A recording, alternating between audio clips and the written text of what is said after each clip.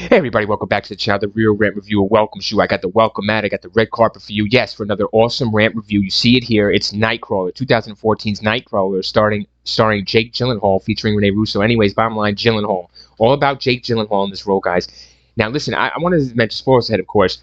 This movie, it feels like Gyllenhaal isn't really... It feels like this is Gyllenhaal a little bit. He does such a good job that it feels like he doesn't have to come out of the box and act too much with this character, Lou Bloom.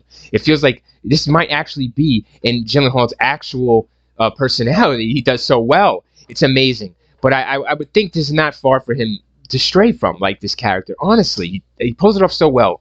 So Gyllenhaal plays this guy, Lou Bloom. He's a dirtbag, dude. Like, in the beginning, he's trying to steal some stuff to sell it. He wants a job. He can't get a job because he's a stealer. He's a thief. So he decides to thieve a bike and steal a camcorder and try to go around catching, you know, accidents and murders on camera. You know, shit that sells, that gets clicks on YouTube, that fucking gets clicks on this. Back in the day, 2014, it's like more about the news, which I don't know about all that shit. But anyways, be more internet based probably. But anyways, now that you have this, you know, this shit is massive. So he wants to get on this. You know, this is click shit for sure. So he's fucking on it, and he gets a camcorder. He runs into Bill Paxton. Rip to Bill Paxton, cool in this film, and Bill Paxton's like, no, you can't do what I do or whatever. So there's a competition between these dudes. But what Lou Bloom does is to get the upper hand, because Bill Paxton's always there on these first sight scenes, since he has the newest technology and a big crew. Lou's on his own, which is the camcorder. So what he does is he you know, cuts the brake line on Mr. Bill Paxton's van so that he crashes, and then he can show up to the crash and film Mr. Bill Paxton in an accident. And that's exactly what happens. Bill Paxton crashes his van, Lou Bloom shows up, Mr. Gyllenhaal, and videotapes the whole thing while Mr. Paxton looks on and knows, but can't speak. Awesome shit. I mean, not awesome shit, but damn, just grimy Gyllenhaal. So he gets his competition out the way. Now everything's open for him, but he needs, look at this, see this guy sitting in the car, he needs to expand as well. So he gets an employee. It's fucking great interaction between these two guys. He just takes advantage of this poor guy. But at the end here, we'll see this guy is not to be taken advantage of. But you don't want to do that with Lou Bloom. You know, you want him to take advantage of you, because it's going to turn out bad for you. So Lou Bloom goes with this dude to a site of murder, and Lou goes into the house and he shoots all the murder footage, and it's just you know, it's not good, dude. He goes in before the cops go in.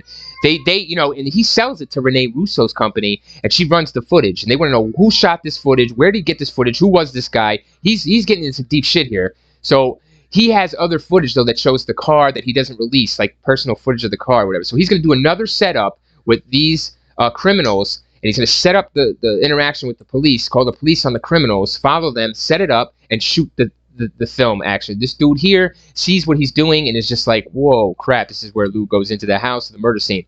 But the dude is like, whoa, blown away. He's like, you can't do that. You're setting this all up. And he's like, I can do that. He's like, just get out the damn car, stop arguing with me, and shoot. Before this, though, the dude's like, I want to raise and all this shit. I see what you're doing. He's blackmailing Lou. Bad idea. Lou is angry. So Lou tells him to get out the car and shoot what's about to happen. Lou gets out as well.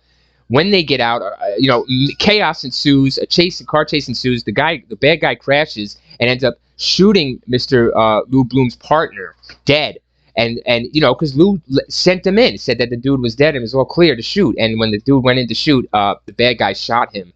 And so you know, he's dying, and Lou's telling him, listen, I can't let you mess up my fucking project. I can't let you mess up my company or my future. You know, sacrifices have to be made.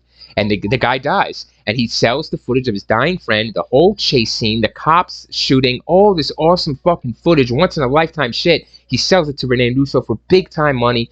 The cops want it because they run it on the news. They want to talk to Lou. She covers for Lou, and Lou's just big time now. He's got his own crew at the end.